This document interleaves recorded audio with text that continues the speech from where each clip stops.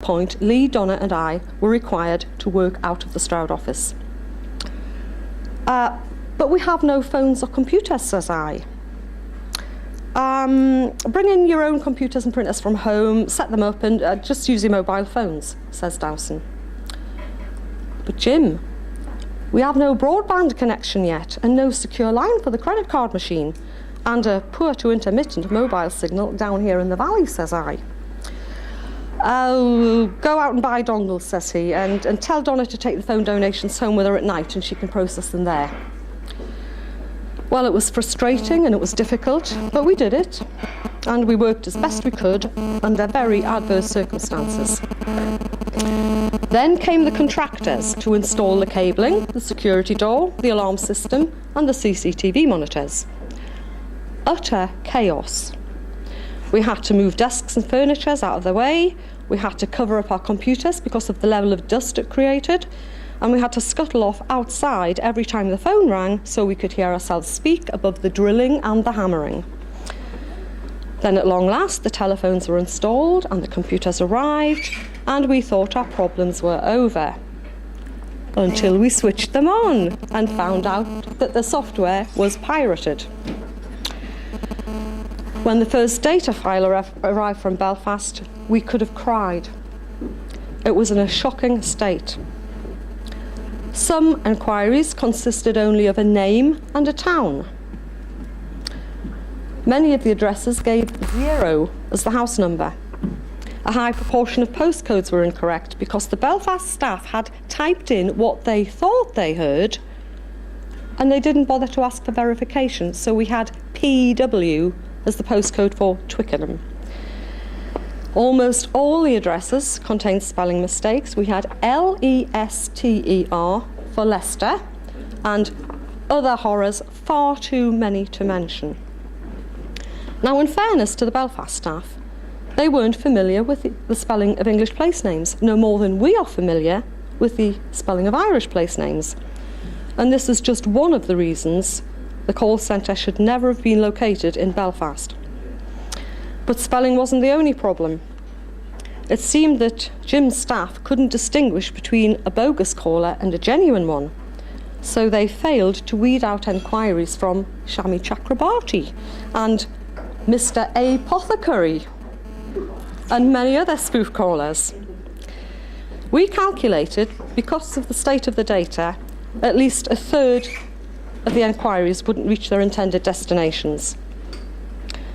Another problem was that instead of using the correct address fields, address 1, address 2, address 3, town, county postcode, the Belfast staff had typed in the entire address into one address field so that when we printed out the label, it shot right off the end of the address label. So they couldn't be used either. Now, Eddie's seen these and he can confirm they were an absolute shambles, weren't they, Eddie? They were a shambles. You've seen them. God knows what that cost us in memberships and votes.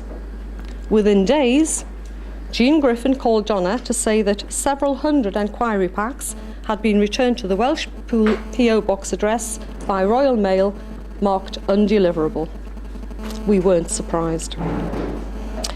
I called Jim Dowson to make him aware of the extent of the problem, and I told him that we couldn't use this data because it would reflect very poorly on the professionalism of the party, and worse than that, it was likely to attract ridicule. Now, a professional manager would have gone and checked for himself and implemented the necessary remedial procedures, would he not? Jim Dowson's response was to shout at us and accuse us of sabotaging the data. And we were told in no uncertain terms just to get on and do the job you're paid for. Things went from bad to worse when Dowson's lack of foresight came home to roost. The Belfast staff he'd recruited from Office Angels, not being party members, were unable to answer policy questions from enquirers. So these calls had to be transferred to the Stroud office where we long-standing members were able to cope with them.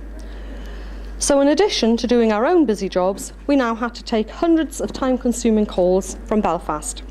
Another minor detail with major consequences that Jim Dowson and NG hadn't factored into the equation when they decided between them to locate the call centre in Belfast.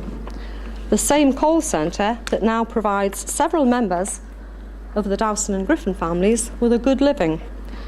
The same call centre which now hosts Mr. Dowson's other business interests. Little wonder then that he opposed the plan for a temporary call centre in Essex. By now, the Stroud office staff were seriously concerned about Jim Dowson's competence in running a call centre, and more worryingly, his total lack of knowledge about how the party operates. When Donna pressed him for the enquirers so that she could separate them out and send them to the ROs, Jim Dowson said, "Why do the ROs need them?" A shocked Donna tried to explain that the ROs passed these down to group and branch level so that follow-up visits could be made and hopefully votes gained in time for the election. He finally sent her 18,000 ill-formatted, shambolic enquiries after the Euro election. So again, God knows how many votes that cost us. But then, Jim's not really interested in winning elections. Jim's interested in gathering names and addresses and building databases so he can send out appeal letters and make money and earn his commission. From beginning to end, Jim Dowson's involvement in the Euro election campaign was one of monumental mismanagement. He knew it, and unluckily for us, he knew that we knew it. On the 27th of May, Dowson instructed me to sack Lee and Donna on the 12th of June. When I asked why, he told me they weren't up to the job. I disagreed, but I told him that since Lee had only been employed for 3 months, it wouldn't be a problem. Donna, however, was a different matter. Having been employed for over a year, she had protection under the law. I told him there were procedures to be involved. He told me, get rid by the 12th of June. I contacted Lee Barnes, who agreed, and he told me that by instructing me to do this, Jim Dowson had placed me and the party in an untenable legal position. I then emailed Jim Dowson, and I told him that in the best interests of the party, I could not dismiss Donna at this time. At this time, the implication being we have to go through the processes. He didn't reply.